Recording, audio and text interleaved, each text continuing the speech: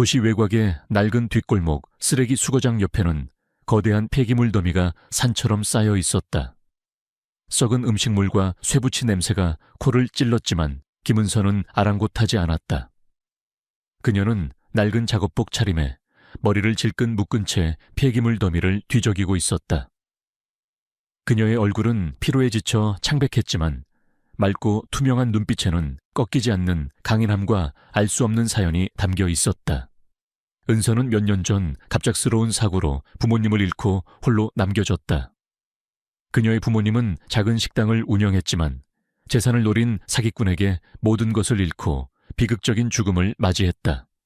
은서는 구화 아닌 구화로 남은 것은 빚더미뿐이었다. 그녀에게는 희망이라고는 찾아볼 수 없는 암울한 현실만이 기다리고 있었다. 그녀의 재산을 노린 계모 최수진과 그녀의 딸 최유리는 은서를 자신들의 발밑에 두고 온갖 악행을 저질렀다. 수진은 은서의 부모님이 남긴 얼마 안 되는 유산마저 가로채고 은서를 학대했다.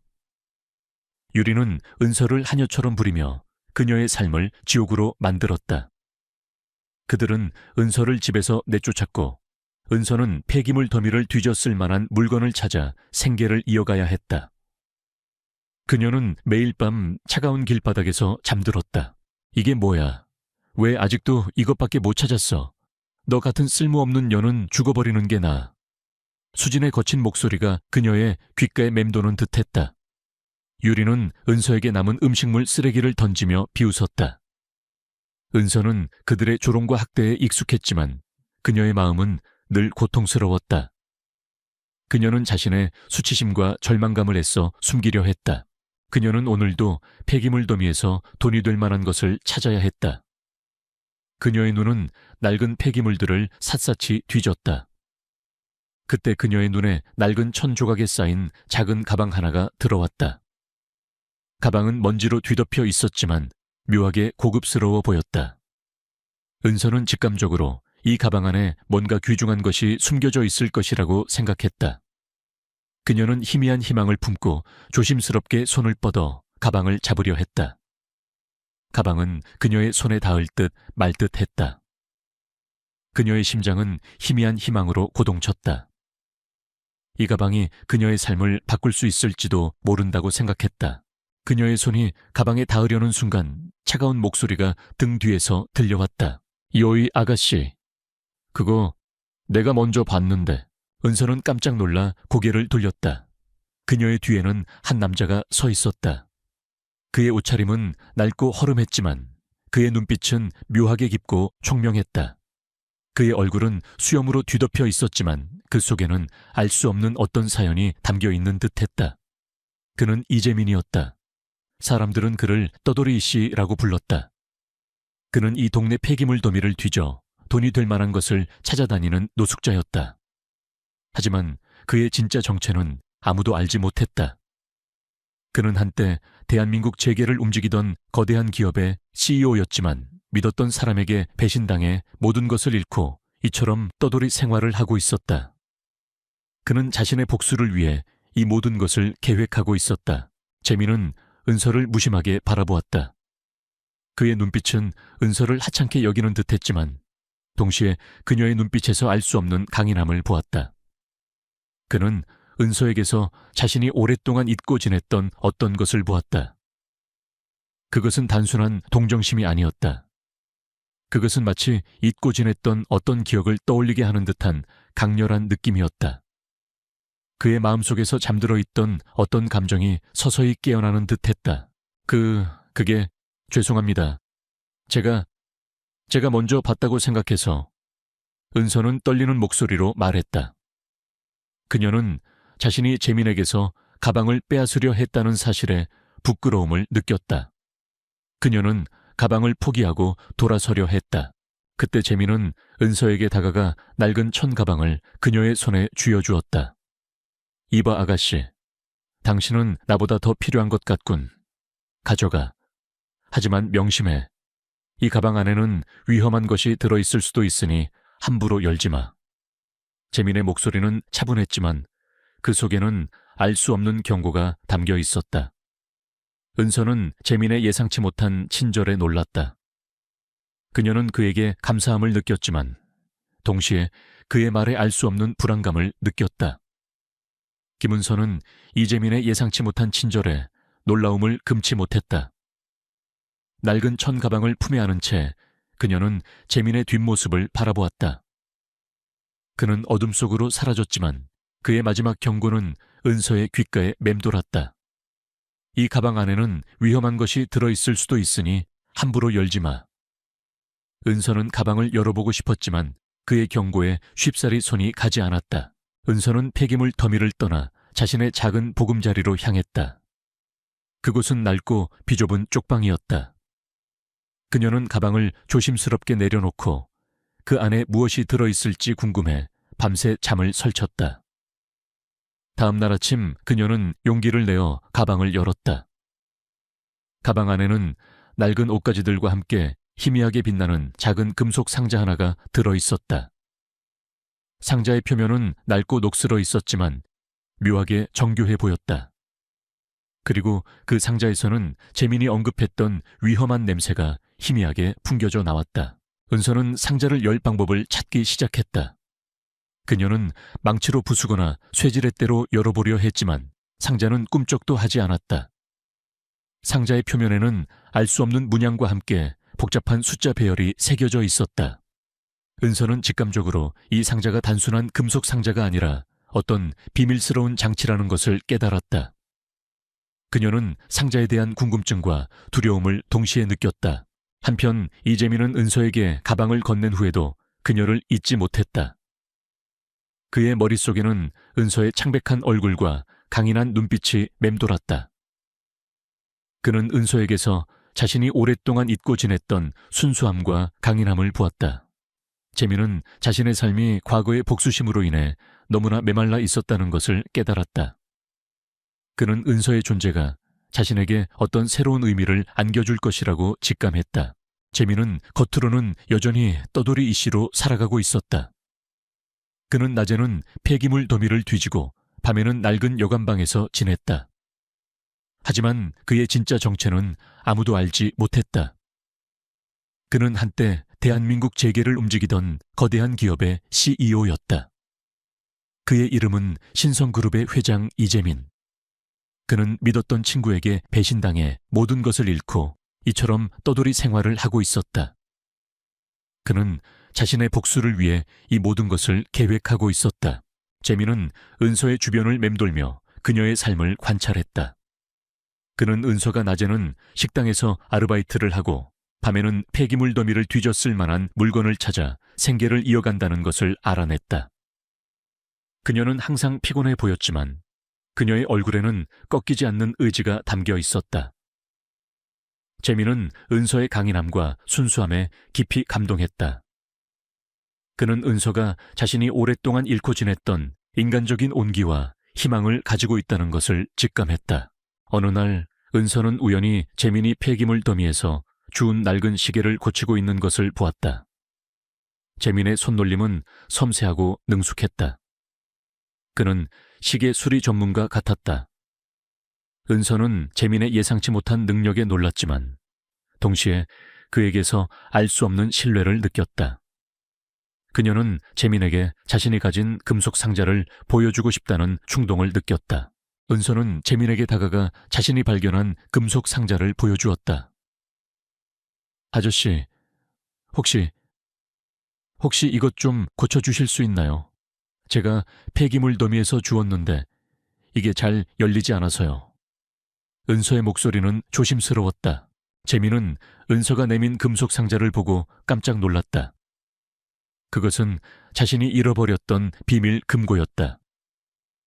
그 안에는 자신의 모든 복수 계획과 관련된 중요 자료들이 담겨 있었다. 그는 은서가 이 상자를 찾아냈다는 사실에 경악했지만 이내 침착함을 되찾았다. 그는 상자의 표면에 새겨진 문양을 보았다. 그것은 신성그룹의 비밀 로고였다. 재민은 은서의 눈을 똑바로 응시했다. 이 상자를 어디서 찾았습니까? 그리고 이 상자 안에 무엇이 들어있다고 생각합니까? 그의 목소리는 차가웠지만 그 속에는 알 수 없는 긴장감이 담겨 있었다. 은서는 재민의 질문에 망설였다. 그녀는 그의 눈빛에서 알 수 없는 위협을 느꼈다. 하지만 그녀는 자신이 솔직하게 이야기해야 한다고 생각했다. 제가 폐기물 더미에서 주웠습니다. 이 안에 무엇이 들어있는지는 모르겠습니다. 하지만 아저씨의 말이 맞았습니다. 이 안에서 이상한 냄새가 납니다. 은서의 목소리는 떨렸지만 그 속에는 강한 결의가 담겨 있었다. 재민은 은서의 말을 듣고 놀라움을 금치 못했다. 그녀는 그가 생각했던 것보다 훨씬 더 강하고 순수한 여인이었다. 그는 그녀에게 자신의 모든 것을 도와주겠다고 다짐했다. 그는 상자를 열 방법을 찾아내겠다고 약속했다. 재민은 은서의 손을 꽉 잡았다. 그의 손은 거칠었지만 그 속에는 알 수 없는 따뜻함이 담겨 있었다. 은서는 재민의 손에서 알 수 없는 위로와 함께 자신을 지켜줄 것 같은 든든함을 느꼈다. 그녀는 그에게서 자신이 오랫동안 잊고 지냈던 인간적인 온기를 보았다. 김은서는 이재민 아저씨가 자신이 발견한 금속 상자를 보고 놀랐다는 것을 눈치챘다. 그의 눈빛은 묘하게 흔들렸지만 이내 침착함을 되찾았다. 은서는 그가 이 상자에 대해 알고 있다는 것을 직감했다. 재민은 은서에게 상자를 어디서 찾았는지, 그리고 상자 안에 무엇이 들어있다고 생각하는지 물었다. 은서는 자신의 초라한 현실을 그에게 보여주고 싶지 않았지만 그의 눈빛에서 알 수 없는 진심을 읽었다. 그녀는 자신이 솔직하게 이야기해야 한다고 생각했다. 제가 폐기물 더미에서 주웠습니다. 이 안에 무엇이 들어있는지는 모르겠습니다. 하지만 아저씨의 말이 맞았습니다. 이 안에서 이상한 냄새가 납니다. 은서의 목소리는 떨렸지만 그 속에는 강한 결의가 담겨 있었다. 재민은 은서의 말을 듣고 놀라움을 금치 못했다. 그녀는 그가 생각했던 것보다 훨씬 더 강하고 순수한 여인이었다. 그는 그녀에게 자신의 모든 것을 도와주겠다고 다짐했다. 그는 상자를 열 방법을 찾아내겠다고 약속했다. 재민은 은서의 손을 꽉 잡았다. 그의 손은 거칠었지만 그 속에는 알 수 없는 따뜻함이 담겨 있었다. 은서는 재민의 손에서 알 수 없는 위로와 함께 자신을 지켜줄 것 같은 든든함을 느꼈다. 그녀는 그에게서 자신이 오랫동안 잊고 지냈던 인간적인 온기를 보았다. 재민은 은서의 앞에서 금속 상자를 열기 시작했다. 그는 상자의 표면에 새겨진 문양과 숫자 배열을 유심히 살폈다. 은서는 재민의 손놀림이 매우 섬세하고 능숙하다는 것을 발견했다. 그는 단순히 떠돌이 노숙자가 아니었다. 그는 상자를 여는 방법을 아는 듯했다. 재민은 상자의 특정 부분을 만지고 알 수 없는 숫자 배열을 입력했다. 딸깍 하는 소리와 함께 육중한 상자문이 조용히 열렸다. 상자 안에는 낡은 옷가지들과 함께 빛바랜 사진들, 그리고 오래된 편지 묶음이 들어있었다.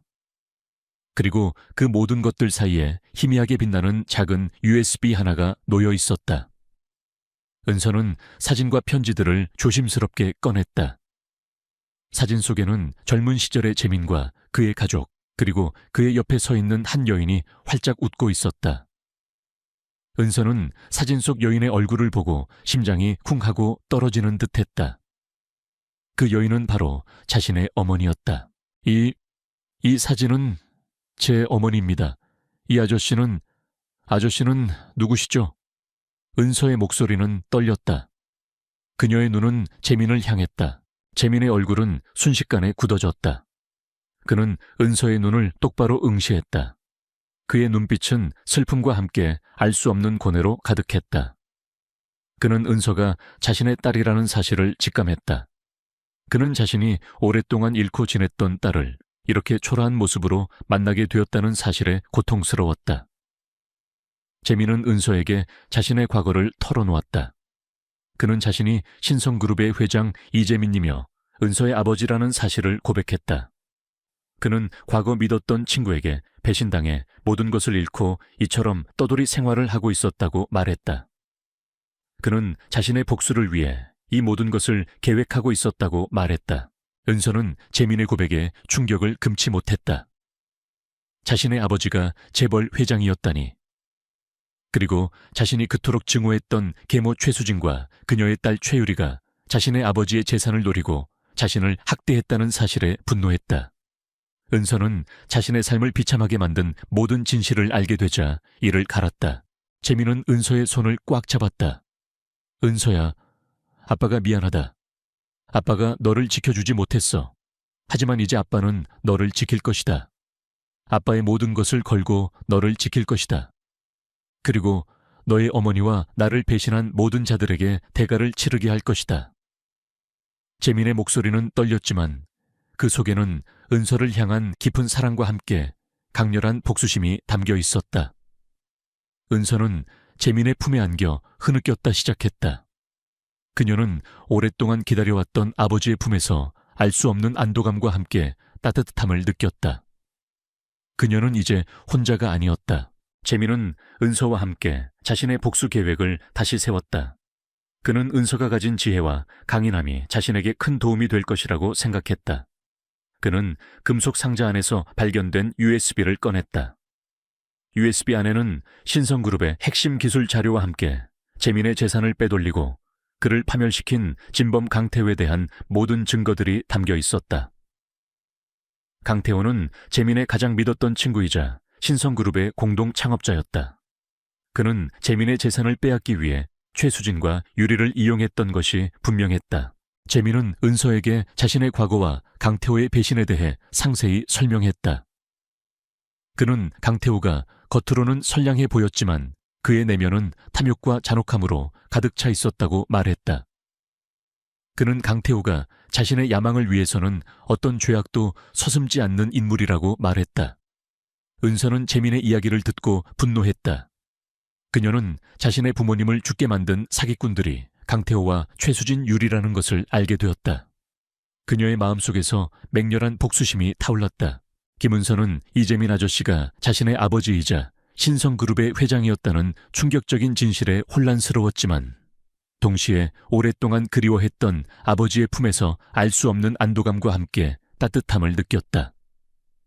재민은 은서에게 자신의 과거와 강태호의 배신에 대해 상세히 설명했다.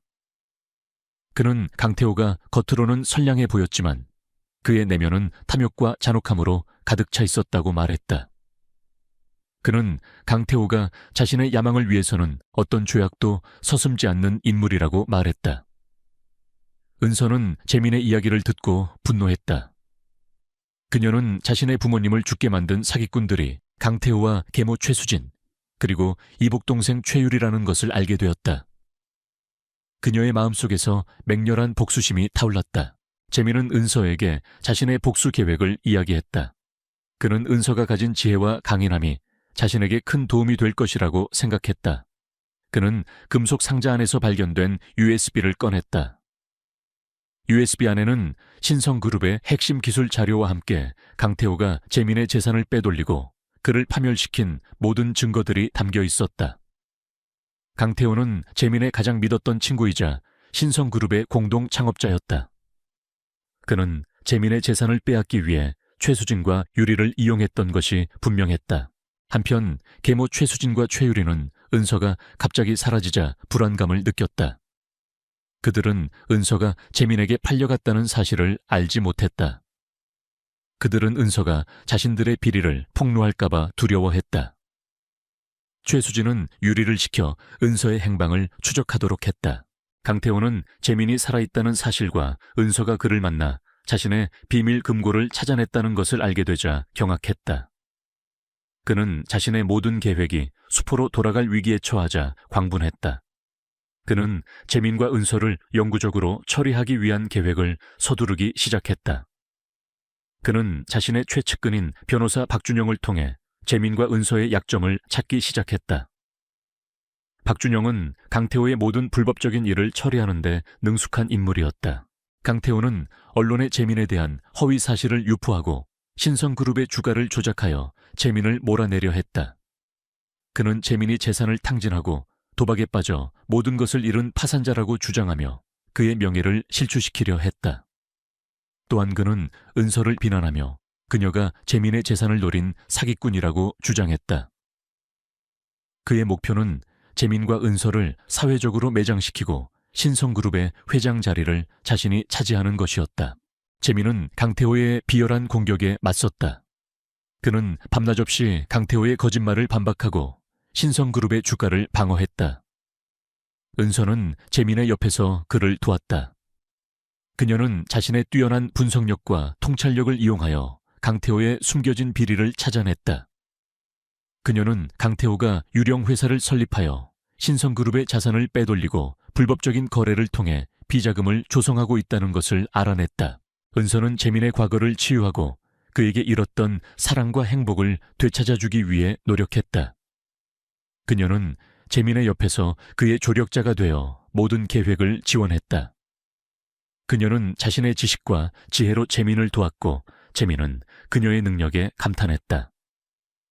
그들의 관계는 단순한 상사와 직원의 관계를 넘어 서로의 상처를 보듬고 치유하는 아버지와 딸의 관계로 발전하고 있었다. 강태호는 재민과 은서의 끈질긴 추적에 점점 더 초조해했다. 그는 자신의 비밀이 드러날 것을 두려워했다. 그는 재민과 은서를 영구적으로 처리하기 위한 계획을 서두르기 시작했다.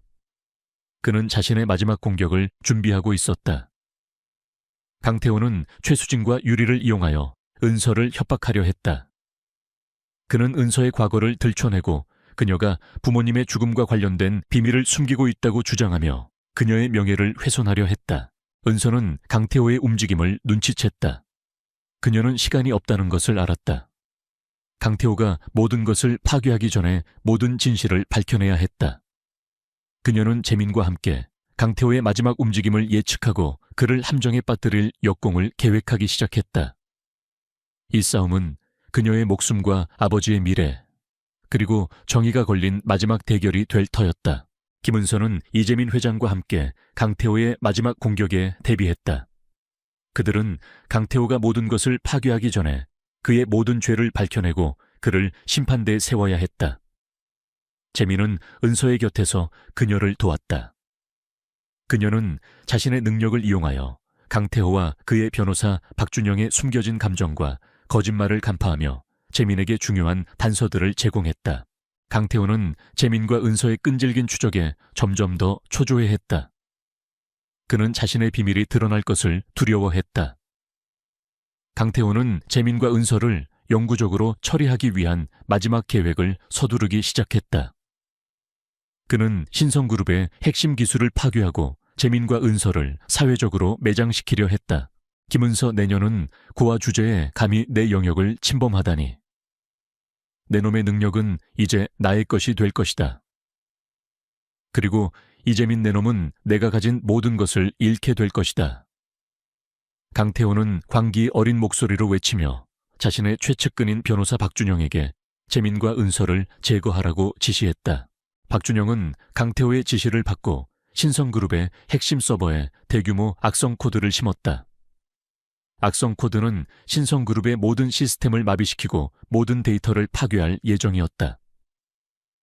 동시에 박준영은 언론에 재민과 은서에 대한 허위 사실을 유포하고 그들이 블랙홀이라는 악명 높은 해커 조직의 잔당이라는 거짓 증언을 퍼뜨렸다. 은서는 박준영의 움직임을 눈치챘다. 그녀는 신성그룹의 보안 시스템에 심어진 악성 코드를 감지했다. 그녀는 시간이 없다는 것을 알았다. 악성 코드가 완전히 실행되기 전에 그것을 막아야 했다.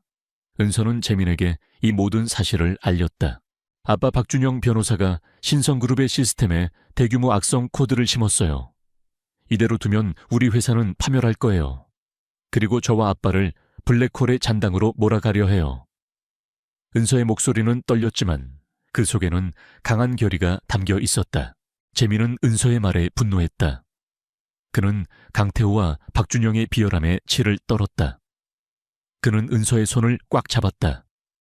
은서야, 너의 능력을 믿는다. 우리가 함께 그들을 막을 수 있다.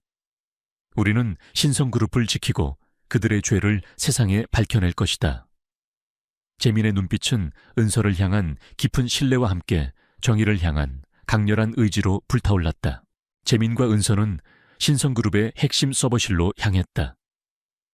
서버실은 최첨단 보안 시스템으로 보호되어 있었지만 이미 악성 코드의 영향으로 시스템이 불안정하게 깜빡이고 있었다.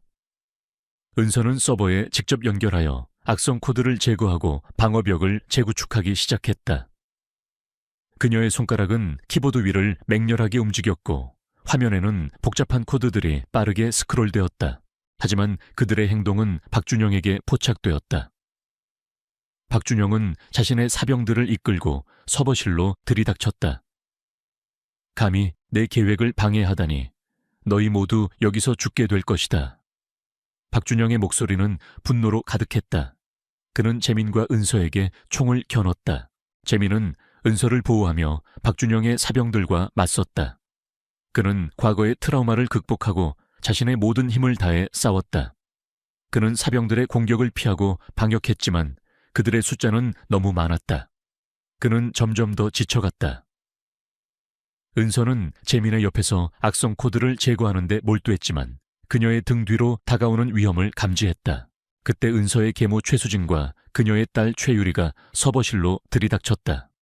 그들은 박준영과 강태호의 지시를 받고 은서의 비밀 금고를 찾으러 온 것이었다. 은서, 너 지금 여기서 뭘 하는 거야? 네가 감히 우리를 속여 네 아버지를 죽인 돈을 숨기고 있었어. 수진이 소리치며 은서에게 달려들었다. 그녀의 눈빛은 탐욕과 분노로 가득했다. 은서는 계모와 이복 동생의 등장에 경악했다. 그녀는 그들이 자신을 배신했다는 사실에 고통스러웠다. 박준영은 최수진과 유리가 나타나자 기쁨을 감추지 못했다. 그는 그들을 이용하여 은서와 재민을 공격하려 했다. 재민은 은서를 보호하며 계모와 이복 동생 그리고 박준영의 사병들과 맞섰다. 그는 과거 믿었던 친구에게 배신당했던 트라우마를 극복하고 자신의 모든 힘을 다해 싸웠다. 그는 사병들의 공격을 피하고 방역했지만 그들의 숫자는 너무 많았다. 그는 점점 더 지쳐갔다. 은서는 재민의 옆에서 악성 코드를 제거하는 데 몰두했지만 그녀의 등 뒤로 다가오는 위험을 감지했다. 그때 이강호 아저씨가 경찰 특수부대를 이끌고 서버실로 들이닥쳤다. 이강호 아저씨는 재민의 연락을 받고 경찰에 신고했으며 강태호와 박준영의 움직임을 추적하여 이곳으로 온 것이었다. 경찰은 박준영과 그의 사병들 그리고 최수진과 유리를 모두 체포했다. 그들은 수갑을 찬 채 끌려가면서도 은서를 향해 광기 어린 눈빛으로 노려보았다. 재민은 은서를 꽉 안아주었다. 은서는 모든 진실이 밝혀졌다는 사실에 안도했지만 동시에 계모와 이복 동생의 배신에 흐느꼈다. 재민은 은서의 머리를 쓰다듬으며 나지막이 속삭였다. 괜찮아, 은서야. 아빠가 너를 지켜줄게. 이제 다 끝났어. 그의 목소리는 이전과는 달리 따뜻하고 다정했다. 은서의 손에는 강태호의 모든 죄를 밝힐 결정적인 증거가 담긴 USB가 굳게 쥐어져 있었다. 김은서는 이재민 회장과 함께 박준영 변호사의 마지막 공격에서 가까스로 벗어나 안전 가옥으로 향했다. 그녀의 손에는 박준영의 모든 비리가 담긴 증거들이 굳게 쥐어져 있었다. 이재민 회장은 은서의 곁에서 그녀를 보호하며 안도했다. 경찰 특수부대는 박준영과 그의 사병들 그리고 최수진과 최유리까지 모두 체포하고 현장을 통제했다. 이재민 회장은 더 이상 지체하지 않았다. 그는 박준영의 USB에 담긴 모든 증거를 가지고 언론과 경찰에 직접 나섰다. 기자회견장에는 수많은 기자들과 카메라들이 모여들었다. 이재민 회장은 떨리는 목소리로 박준영의 추악한 범죄와 신성그룹 내부의 부패 네트워크 그리고 자신의 재산을 빼돌리고 은서의 가족을 파멸시킨 진실을 폭로했다. 그는 USB에 담긴 모든 증거, 즉 신성그룹의 핵심 기술 자료, 비자금 내역 강태호와의 불법 거래 기록, 그리고 은서의 부모님 사고 조작 보고서까지 낱낱이 공개했다. 언론은 이재민 회장의 폭로에 일제히 들끓었다. 대한민국 최고의 그룹 회장의 충격적인 고백은 전 국민의 이목을 집중시켰다. 사람들은 박준영과 강태호의 잔혹함에 분노했고 이재민 회장과 은서 가족의 비극에 애도를 표했다. 강태호 회장은 뉴스를 통해 이 모든 사실을 접하고 광분했다. 그는 자신이 쌓아 올린 명성과 권력이 한순간에 무너져 내리는 것을 보며 분노와 절망에 휩싸였다. 그는 언론을 매수하고 여론을 조작하려 했지만 이재민 회장이 제시한 너무나도 명확한 증거들과 국민적 분노 앞에서 그의 시도는 모두 실패로 돌아갔다. 신성그룹은 산산조각 났고 그의 모든 사업은 마비되었다. 결국 강태호 회장과 박준영 변호사는 경찰에 체포되었다. 그들은 수갑을 찬 채 경찰서로 끌려가면서도 이재민 회장과 은서를 향해 광기 어린 눈빛으로 노려보았다. 이재민 김은서 내놈들이 감히 날 이렇게 만들다니 이대로 끝날 줄 아느냐. 반드시 내놈들에게 대가를 치르게 할 것이다. 그들의 목소리는 증오로 가득했다. 강태호는 자신의 죄를 인정하기보다는 자신을 파멸시킨 이재민 회장과 은서에게 복수할 기회만을 노리고 있었다. 신성그룹의 핵심 임원들과 강태호의 비리에 연루된 모든 공범들도 줄줄이 체포되었다. 그들은 법의 심판을 받게 될 것이었다. 그들의 추악한 비리는 낱낱이 공개되었고 사회는 이로 인해 큰 혼란을 겪었지만 동시에 오랜 병폐를 척결하는 계기가 되었다. 이재민 회장은 자신의 재산과 명예를 되찾았지만 그의 마음속에는 여전히 슬픔과 고통이 남아있었다. 은서는 병원에서 회복 중이었다. 그녀는 자신의 부모님의 죽음이 밝혀진 것에 안도했지만 동시에 계모 최수진과 이복동생 최유리의 배신에 고통스러워했다. 그녀는 김영철 아저씨의 죽음을 슬퍼했지만 그의 희생이 헛되지 않도록 자신이 시작한 일을 끝까지 책임져야 한다고 생각했다. 은서는 김영철 아저씨의 죽음이 신성그룹의 보안 시스템을 더욱 강화하고 사회의 어두운 면을 밝히는 데 사용되어야 한다고 다짐했다. 은서의 능력과 용기가 언론에 알려지자 세상은 그녀를 진실의 사도라고 불렀다. 사람들은 은서의 능력이 어떻게 이재민 회장을 돕고 강태호의 비리를 밝혀냈는지에 대해 놀라움을 금치 못했다. 은서는 자신의 능력이 선한 목적으로 사용될 수 있다는 것을 깨달았다. 그녀는 이재민 회장과 함께 세상을 더 나은 곳으로 만들겠다고 다짐했다. 하지만 강태호의 복수심은 사라지지 않았다. 그는 구치소에 수감된 상태에서도 이재민 회장과 은서를 향한 증오를 불태웠다. 그는 자신의 마지막 남은 추종자들을 이용해 이재민 회장과 은서에게 최종 공격을 가할 준비를 하고 있었다. 이재민 회장은 강태호 같은 악의 그림자가 쉽게 사라지지 않는다는 것을 알고 있었다. 그는 늘 경계를 늦추지 않고 다음 수를 준비했다. 은서는 이재민 회장의 곁에서 그의 든든한 조력자가 되었다. 그들의 싸움은 아직 끝나지 않았다.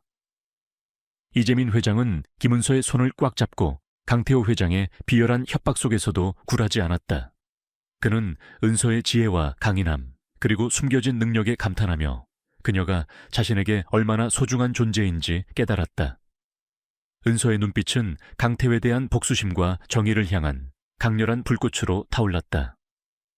그들은 강태호가 신성그룹의 핵심 기술을 빼돌리고 회사 자금을 횡령했으며 심지어 은서의 부모님을 살해하고 자신을 파멸시켰다는 모든 진실을 세상에 폭로하기 위해 모든 것을 걸었다. 강태호 회장은 구치소에 수감된 상태에서도 이재민 회장과 은서를 향한 증오를 불태웠다.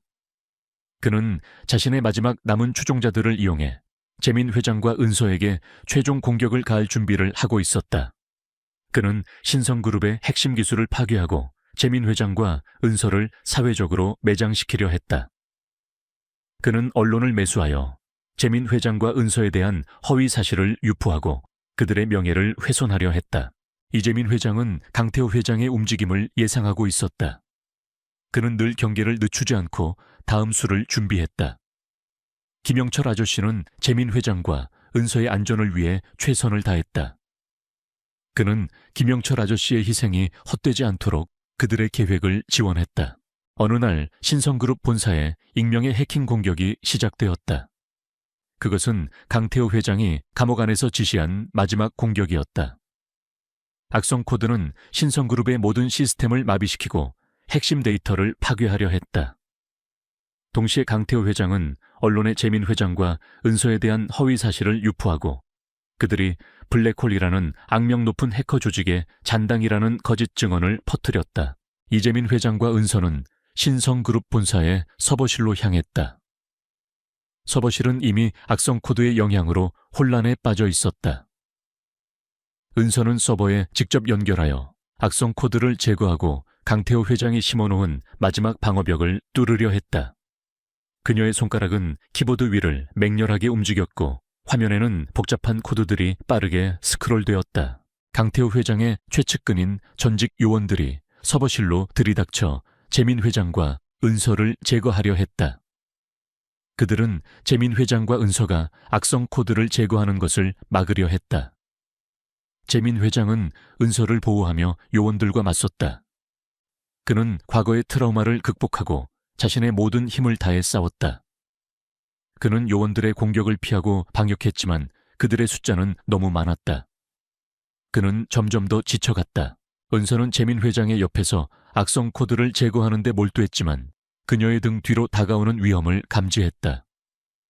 그때 김영철 아저씨가 경찰 특수부대를 이끌고 서버실로 들이닥쳤다. 김영철 아저씨는 재민 회장의 연락을 받고 경찰에 신고했으며 강태호 회장의 마지막 공격을 예상하고 이곳으로 온 것이었다.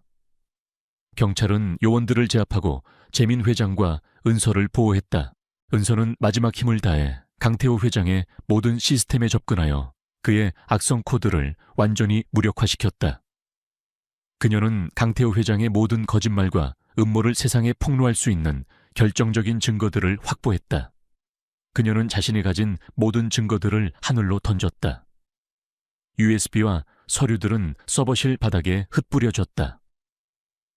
이재민 회장과 김은서는 병원에서 의식을 되찾았지만 몸은 폭발의 충격으로 만신창이가 되어 있었다.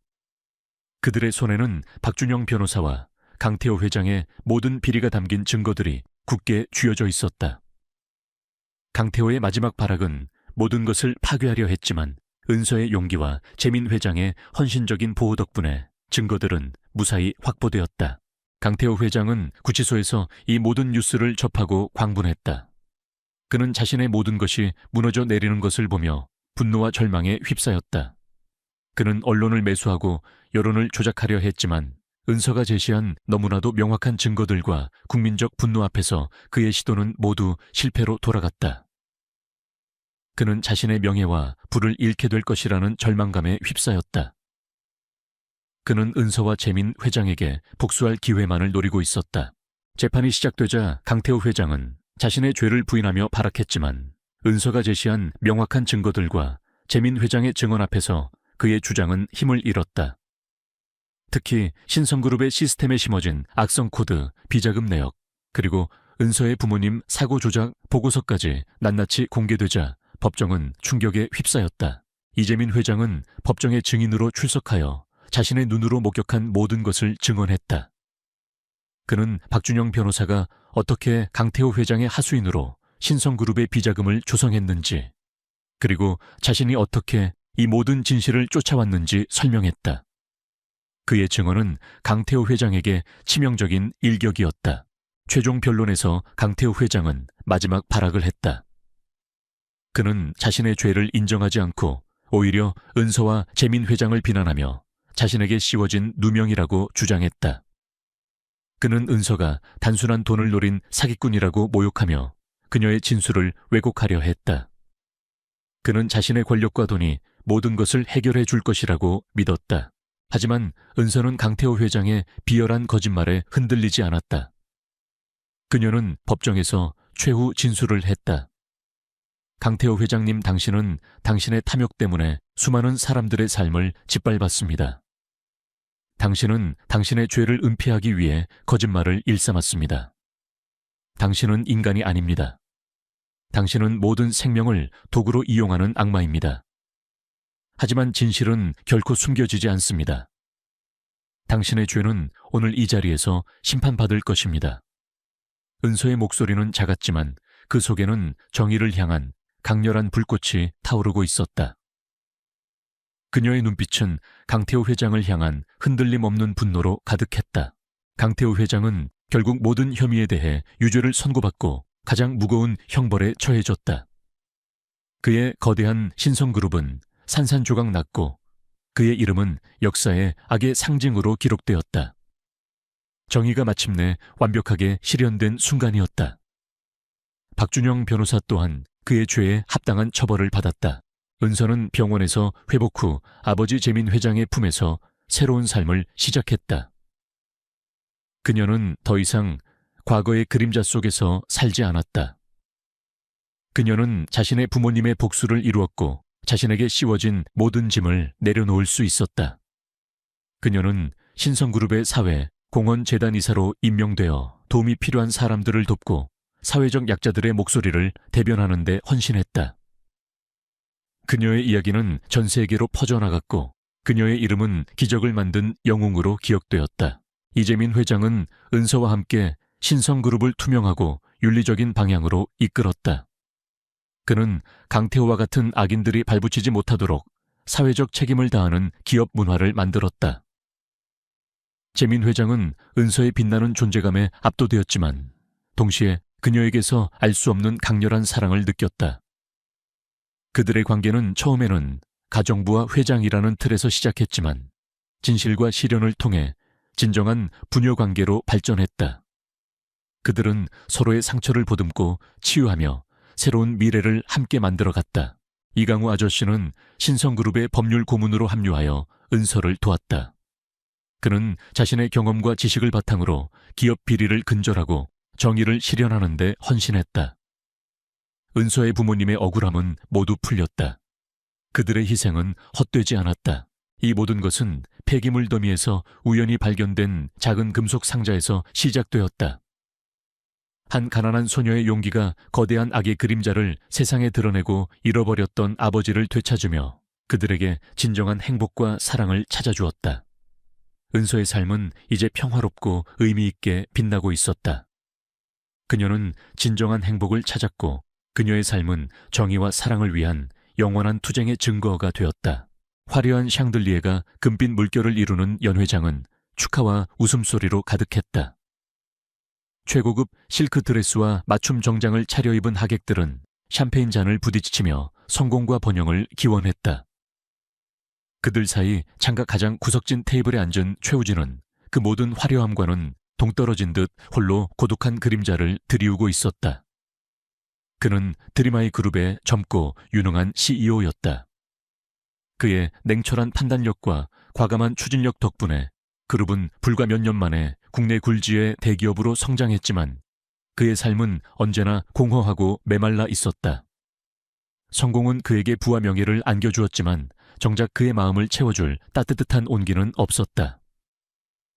몇 년 전 갑작스러운 사고로 가장 소중한 것을 잃은 비극은 그의 삶을 송두리째 바꿔놓았고 그는 그 후로 감정을 억누른 채 기계처럼 일하며 세상과의 모든 연결, 고리를 끊어냈다. 오늘 그는 오랜 파트너의 결혼식에 참석한 참이었다. 연단 위 신랑 신부의 행복한 모습은 우진의 마음을 더욱 저리게 만들었다. 그는 축하의 말 대신 형식적인 미소를 지으며 샴페인 잔을 기울였다. 그의 눈빛은 메마르고 공허했다.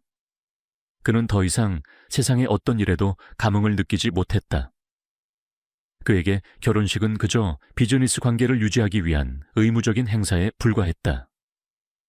그의 주변에는 아부를 늘어놓는 재계 인사들이 끊이지 않았지만 우진은 그들의 목소리를 듣는 둥마는둥하며 시선은 오직 잔 속의 샴페인, 기포에만 머물렀다. 회장님 이쪽으로 오시죠. 신부와 인사를 나누셔야 합니다. 비서실장이 나지막이 속삭였다. 그의 목소리에는 우진을 배려하는 듯한 조심스러움이 섞여 있었다. 우진은 고개를 끄덕였지만 그의 발걸음은 무거웠다. 그는 억지로 미소를 지으며 신랑 신부에게 다가갔다. 그들의 행복한 모습은 우진의 마음속 깊이 숨겨진 상처를 다시금 후벼 파는 듯했다. 그는 그들의 행복이 자신의 것과는 너무나도 동떨어져 있다는 사실에 씁쓸함을 느꼈다. 그는 짧은 축하 인사를 건넨 후 다시 자신의 테이블로 돌아왔다. 연 회장 안의 모든 소리가 그에게는 의미 없는 소음처럼 들렸다. 그는 샴페인 잔을 들어 입술에 대었지만 차가운 액체는 그의 마음을 더욱 얼어붙게 할 뿐이었다. 그의 눈은 허공을 응시했다. 그는 자신이 왜 이렇게 고독해야 하는지, 왜 세상의 모든 행복이 자신을 비껴가는지 알 수 없었다. 그의 마음속에는 깊은 절망과 함께 알 수 없는 공허함이 자리 잡고 있었다. 그는 모든 것을 가졌지만 정작 가장 중요한 것을 잃은 채 살아가고 있었다. 그때였다. 웅장한 연회장을 가득 채우던 시끄러운 대화와 소음이 거짓말처럼 잦아들었다. 마치 시간이 멈춘 듯한 착각마저 들었다. 연단 위로 한 여인이 조용히 걸어 올라왔다. 그녀는 화려한 드레스 대신 수수하고 깔끔한 원피스를 입고 있었다. 긴 생머리를 어깨 아래로 늘어뜨린 채 그녀의 얼굴은 화장기 하나 없었지만 맑고 투명했다. 그녀의 이름은 박수아. 오늘의 축가를 부를 가수였다. 그녀는 유명한 가수는 아니었다. 그저 작은 카페에서 노래를 부르거나 결혼식 같은 행사에 초청받아 노래를 부르는 무명 가수였다. 그녀의 외모는 화려하지 않았지만 그녀의 눈빛은 깊고 순수했다. 그녀의 작은 손은 마이크를 꽉 움켜쥐고 있었다. 그녀는 긴장한 듯 보였지만 그녀의 눈빛은 흔들림 없었다. 수아는 마이크를 들고 조용히 눈을 감았다. 그리고 그녀의 입술에서 가느다란 노랫가락이 흘러나왔다. 첫 소절은 나지막하고 부드러웠지만 그 속에는 알 수 없는 힘이 담겨 있었다. 슬프면서도 아름다운 멜로디와 함께 수아의 목소리는 연회장 안을 가득 채웠다. 그녀의 목소리는 맑고 청아했으며 그녀의 노래에는 모든 감정이 담겨 있는 듯했다. 그녀의 목소리는 마치 얼어붙은 우진의 심장을 녹이는 듯했다. 그는 자신도 모르게 수아의 목소리에 집중했다. 그녀의 노래는 그에게 잊고 지냈던 어떤 기억을 떠올리게 했다. 그녀가 부르는 노래는 우진이 어린 시절 가장 좋아했던 곡이었다. 오래전 세상을 떠난 어머니가 그에게 자주 불러주었던 자장가. 그 노래는 우진의 기억 속에서 흐릿하게 남아 있었지만 수아의 목소리는 그 기억을 선명하게 되살려냈다. 그는 눈을 감았다. 그의 머릿속에는 어린 시절 어머니의 따뜻한 품에 안겨 잠들던 순간, 그리고 어머니의 다정한 노랫소리가 생생하게 떠올랐다. 어머니의 따뜻한 온기, 그리고 그녀의 미소. 우진은 오랫동안 잊고 지냈던 행복한 기억에 잠겼다. 하지만 행복한 기억 뒤에는 언제나 끔찍한 비극의 그림자가 따라왔다. 어린 시절 그의 어머니는 갑작스러운 사고로 죽음을 맞이했다. 그 후 우진의 삶은 완전히 바뀌었다. 그는 모든 감정을 억누르고 차갑게 변했다. 그는 어머니의 죽음 이후 단 한 번도 눈물을 흘리지 않았다. 그는 눈물을 흘리는 것을 나약함이라고 생각했다. 그러나 지금 수아의 노랫소리는 그의 굳게 닫힌 마음의 문을 강제로 열었다. 그녀의 목소리는 그의 마음속 깊이 숨겨진 상처를 어루만졌고 잊고 지냈던 슬픔과 고통을 다시금 불러냈다. 우진의 눈에서는 뜨거운 눈물이 흘러내렸다. 그는 자신도 모르게 흐르는 눈물을 닦으려 했지만 그의 손은 움직이지 않았다. 그는 그저 멍하니 수아의 노래를 들으며 눈물을 흘릴 뿐이었다. 그의 눈물은 그가 오랫동안 억눌러 왔던 모든 감정들을 토해내는 듯했다. 그는 흐느꼈다. 소리 없는 흐느낌이 그의 몸을 뒤흔들었다. 주변의 하객들은 우진의 갑작스러운 눈물에 경악했다. 얼음 왕자로 불리던 강우진 회장이 눈물을 흘리다니. 믿을 수 없는 광경이었다. 그들은 우진을 동정했지만 동시에 그의 눈물에 알 수 없는 궁금증을 품었다. 수아는 노래를 부르던 중 우진의 눈물을 보았다. 그녀는 노래를 멈추지 않았지만 그녀의 눈빛은 우진을 향한 깊은 연민과 함께 알 수 없는 슬픔으로 물들었다. 그녀는 우진의 눈물 속에서 과거 자신이 겪었던 어떤 아픔을 보았다. 그녀의 노랫소리는 더욱 애절하게 변했다. 그녀는 그에게 위로를 건네는 듯 노래했다. 최우진은 박수아의 노랫소리에 굳게 닫혔던 마음의 문이 강제로 열리는 것을 느꼈다. 그의 눈에서는 뜨거운 눈물이 하염없이 흘러내렸다. 오랫동안 억눌러왔던 슬픔과 고통, 그리고 어머니에 대한 그리움이 폭포수처럼 터져 나왔다. 그는 주변의 시선 따위는 개의치 않았다. 그저 멍하니 수아의 노래를 들으며 눈물을 흘릴 뿐이었다. 그의 눈물은 그가 오랫동안 억눌러왔던 모든 감정들을 토해내는 듯했다. 그는 소리 없는 흐느낌 속에 온몸을 뒤흔들렸다. 하객들은 우진의 갑작스러운 눈물에 경악했다.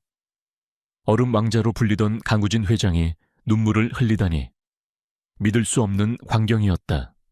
그들은 우진을 동정했지만 동시에 그의 눈물에 알 수 없는 궁금증을 품었다. 수아는 노래를 부르던 중 우진의 눈물을 보았다. 그녀는 노래를 멈추지 않았지만 그녀의 눈빛은 우진을 향한 깊은 연민과 함께 알 수 없는 슬픔으로 물들었다. 그녀는 우진의 눈물 속에서 과거 자신이 겪었던 어떤 아픔을 보았다. 그녀의 노랫소리는 더욱 애절하게 변했다. 그녀는 그에게 위로를 건네는 듯 노래했다. 노래가 끝났다. 대강당에는 여운이 가득했다. 수아는 마이크를 내려놓고 하객들에게 인사를 건넸다. 그녀의 눈빛은 여전히 우진을 향해 있었다. 그녀는 우진의 눈물을 닦아주고 싶었다. 하지만 그녀는 그럴 수 없었다. 그녀는 그저 자신에게 주어진 임무를 마쳤을 뿐이었다. 우진은 수아의 노래가 끝난 후에도 한동안 그 자리에 앉아 흐느꼈다. 그의 비서실장이 당황해서 그에게 다가왔다. 회장님 괜찮으십니까? 무슨 일이 있으십니까? 비서실장의 목소리는 걱정으로 가득했다. 우진은 고개를 저었다. 그는 자신의 눈물을 닦아내고 애써 평정심을 찾으려 했다. 아니, 괜찮다. 잠시 감정에 휩쓸렸을 뿐이다. 그의 목소리는 쉬어 있었지만 그의 눈빛은 이전과는 달리 묘한 생기를 띠고 있었다. 그는 수아를 다시 한번 바라보았다. 수아는 이미 무대에서 내려와 사람들 속으로 사라진 뒤였다. 우진은 그녀를 놓쳤다는 사실에 아쉬움을 느꼈다. 그날 밤 우진은 잠 못 이루고 밤새도록 수아의 노랫소리를 떠올렸다. 그녀의 목소리는 그의 마음속 깊이 숨겨진 상처를 어루만졌고 잊고 지냈던 감정들을 다시금 일깨웠다. 그는 수아가 누구인지, 그리고 왜 그녀의 노래가 자신에게 이토록 큰 울림을 주었는지 궁금했다. 그는 수아를 다시 만나고 싶다는 강한 충동을 느꼈다. 다음 날 아침 우진은 비서실장에게 수아에 대한 모든 정보를 조사하도록 지시했다. 그의 비서실장은 회장님의 지시에 의아해했지만 그의 지시는 늘 그랬듯 절대적이었다. 우진은 수아의 과거, 행적, 재정 상태, 그리고 그녀가 왜 결혼식 축가를 불렀는지에 대해 모든 것을 파악하고자 했다. 우진은 며칠 동안 자신이 직접 수아의 주변을 맴돌며 그녀의 삶을 관찰했다. 그는 수아가 작은 카페에서 노래를 부르거나 결혼식 같은 행사에 초청받아 노래를 부르는 무명 가수라는 것을 알아냈다. 그녀는 항상 피곤해 보였지만 그녀의 얼굴에는 꿈을 향한 열정과 함께 어떤 고독함이 서려 있었다. 우진은 수아의 강인함과 순수함에 깊이 감동했다. 그는 수아가 자신이 오랫동안 잊고 지냈던 인간적인 온기와 희망을 가지고 있다는 것을 직감했다. 한편 수아는 우진의 존재를 알지 못했지만 그녀의 마음속에는 알 수 없는 묘한 감정이 남아있었다. 그녀는 자신의 노래에 눈물을 흘리던 우진의 모습을 떠올렸다. 그녀는 그가 어떤 아픔을 가지고 있는지 알 수 없었지만 그에게 위로를 주고 싶다는 묘한 충동을 느꼈다. 어느 날 오후 우진은 수아가 노래하는 카페로 찾아갔다. 카페는 작고 아늑했지만 그곳에는 수아의 노랫소리가 가득했다. 수아의 목소리는 맑고 청아했으며 그녀의 노래에는 모든 감정이 담겨 있었다. 우진은 카페 한쪽 구석에 앉아 조용히 수아의 노래를 들었다. 그녀의 노래는 그에게 알 수 없는 위로와 평화를 주었다. 노래가 끝난 후 우진은 수에게 다가가 말을 건넸다. 박수아 씨, 당신의 노래는 정말 아름답습니다. 당신의 목소리는 제 마음을 울렸습니다. 그의 목소리는 차분했지만 그 속에는 진심 어린 감사가 담겨 있었다. 수아는 우진의 갑작스러운 낯선 사람의 등장에 놀랐지만 이내 침착함을 되찾았다. 그녀는 우진을 향해 고개를 숙였다. 고맙습니다, 손님. 우진은 수에게 자신의 명함을 건넸다.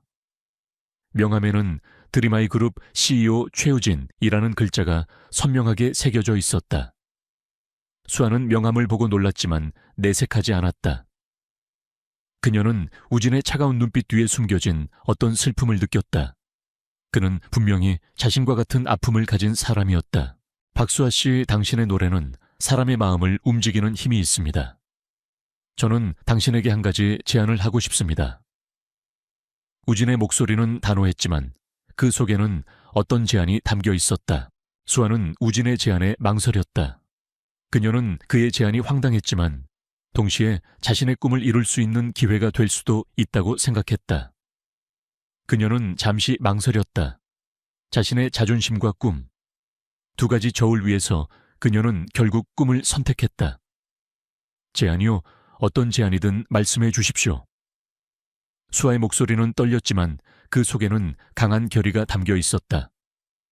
박수아는 최우진 회장의 제안에 망설였다. 그의 제안은 황당했지만 동시에 자신의 꿈을 이룰 수 있는 기회가 될 수도 있다고 생각했다. 그녀는 잠시 망설였다.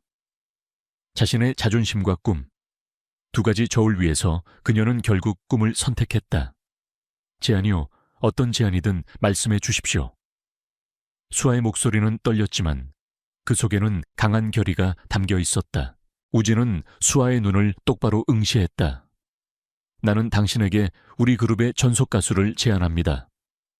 당신은 나의 모든 사업을 이해하고 나의 지시에 절대적으로 복종해야 합니다.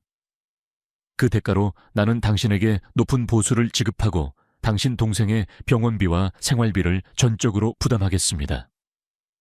당신의 임무는 나의 모든 비밀을 지키고 나의 가장 든든한 조력자가 되는 것입니다. 그의 목소리는 차분했지만 그 속에는 어떤 단호함이 담겨 있었다. 수아는 우진의 제안에 경악했다. 전속 가수라니, 그것도 대한민국 최고의 기업 회장의 전속 가수라니. 그녀는 자신의 초라한 현실과는 너무나도 다른 제안에 혼란스러웠다. 하지만 그녀는 병든 동생을 위해 주저할 수 없었다. 그녀는 잠시 망설였다. 자신의 자존심과 동생의 생명, 두 가지 저울 위에서 그녀는 결국 동생을 선택했다. 좋습니다, 회장님. 당신의 제안을 받아들이겠습니다. 하지만 저를 속이지 마세요. 제 동생의 목숨을 가지고 장난치지 마세요. 수아의 목소리는 떨렸지만 그 속에는 강한 경고가 담겨 있었다. 우진은 수아의 결심에 만족스러운 미소를 지었다. 걱정 마십시오. 나는 약속을 어기지 않습니다. 당신의 동생은 최고의 환경에서 치료를 받을 것입니다. 그리고 당신은 나의 비밀을 지켜야 합니다. 그의 목소리는 차분했지만 그 속에는 어떤 단호함이 담겨 있었다. 다음 날부터 수아의 삶은 180도 바뀌었다. 그녀는 드림아이 그룹의 전속 가수가 되어 우진의 저택에서 생활하게 되었다. 그녀는 그의 차가운 눈빛 뒤에 숨겨진 어떤 과거의 비밀이 있을 것이라고 직감했다. 그녀는 그의 저택 곳곳에서 그의 과거 비극의 흔적들을 발견했다. 특히 서재 한쪽에는 낡은 사진첩이 놓여 있었다. 사진첩 안에는 우진의 젊은 시절 모습과 함께 환하게 웃고 있는 한 여인과 어린 여자아이의 사진이 있었다. 수아는 그 여자아이의 눈빛이 묘하게 우진의 눈빛과 닮아 있다는 것을 발견했다. 그녀는 우진의 과거와 그의 차가운 성격이 이 비극적인 사고와 깊이 연관되어 있을 것이라고 생각했다. 그녀의 마음속에서 이 모든 미스터리를 파헤치고 우진의 진정한 과거를 밝혀내야 한다는 강한 의지가 솟아났다. 저택에는 우진의 오랜 집사인 최 집사가 있었다. 그는 겉으로는 충직하고 예의 바른 하인이었지만 수아를 경계하는 눈빛을 숨기지 않았다. 그는 우진의 사생활을 철저히 지키는 인물이었고 동시에 우진의 과거 비극과도 깊이 연관되어 있는 듯했다. 수아는 최 집사의 행동에서 알 수 없는 불안감을 느꼈다. 그는 마치 어떤 비밀을 숨기고 있는 듯했다. 수아는 우진의 전속 가수로서 그의 건강을 돌보았다. 우진은 밤늦게까지 일하고 때로는 식사도 거르기 일쑤였다. 그의 몸은 피로에 지쳐 있었지만 그의 눈빛은 늘 날카로웠다. 수아는 우진의 건강을 염려하며 그에게 따뜻한 차를 끓여주거나 간단한 식사를 챙겨주었다. 그녀의 따뜻한 손길과 진심, 어린 보살핌은 우진의 차가웠던 마음에 조금씩 온기를 불어넣었다. 우진은 수아의 보살핌에 익숙해지는 듯했지만 여전히 자신의 감정을 드러내지 않았다. 수아는 우진의 저택에서 지내면서 그의 과거 비극에 대한 단서들을 하나씩 찾아냈다. 그녀는 서재에 놓인 낡은 사진첩을 다시 살펴보았다. 사진 속 우진의 딸은 밝게 웃고 있었지만 그녀의 눈빛은 묘하게 슬퍼 보였다. 수아는 사진 뒤편에 희미하게 적힌 날짜를 발견했다. 그것은 우진의 아내와 딸이 사고로 죽은 날짜와 일치했다. 그녀는 또한 우진의 방에서 오래된 일기장 하나를 발견했다. 일기장은 우진의 아내가 쓴 것이었다. 일기장 속에는 행복했던 가족의 일상과 함께 남편 우진의 사업 문제로 인한 불안감, 그리고 드림하이 그룹 내부의 권력 다툼에 대한 내용이 담겨 있었다. 그리고 일기장 마지막 부분에는 희미하게 이런 문장이 적혀 있었다. 우진 씨, 조심해요. 그들이 우리를 노리고 있어요. 그들의 비밀을 알게 됐어. 그들이 나를 죽이려 할 거야. 수아는 일기장 내용에 소름이 돋았다. 우진의 아내와 딸의 사고가 단순한 사고가 아니라는 것을 직감했다. 그것은 드림하이 그룹 내부의 권력 다툼과 관련된 어떤 음모에 의한 것이 분명했다. 수아는 우진의 아내가 어떤 비밀을 알게 되었고 그 비밀 때문에 살해당했다는 것을 확신했다. 그리고 그 모든 것의 배후에는 최 집사도 연루되어 있을 가능성이 높았다. 수아는 이 모든 것을 우진에게 이야기하고 싶었지만 그녀는 망설였다.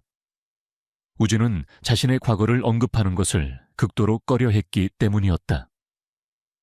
그녀는 자신의 유일한 친구이자 과거 경찰 강력반에서 정년퇴직한 김영철에게 연락하여 최 집사의 과거와 드림하이 그룹의 권력 다툼에 대해 조사해달라고 부탁했다. 김영철은 수아의 어려운 상황을 알고 있었기에 그녀의 부탁에 흔쾌히 응했다. 김영철은 수아의 부탁에 따라 최 집사와 드림하이 그룹의 과거를 파헤치기 시작했다. 그리고 얼마 지나지 않아 충격적인 사실을 발견했다.